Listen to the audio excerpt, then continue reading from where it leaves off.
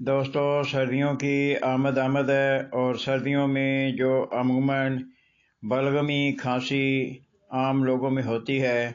تو اس کے علاج کے لیے میں ٹوٹکا اس ہومیوپیتھک کے چینل میں بتانا چاہتا ہوں۔ قبل اس کے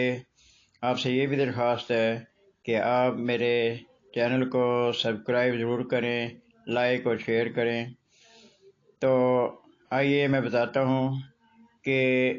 ہومیوپیتھک کی دوا بیسیلینیم 200 یا 1000، اس کی ایک خوراک جب بلغم بہت زیادہ ہو، سینے میں کھڑ کھڑ کرتی ہو، تو کھانسی سے برا حال ہو، تو بلغمی کھانسی کے لیے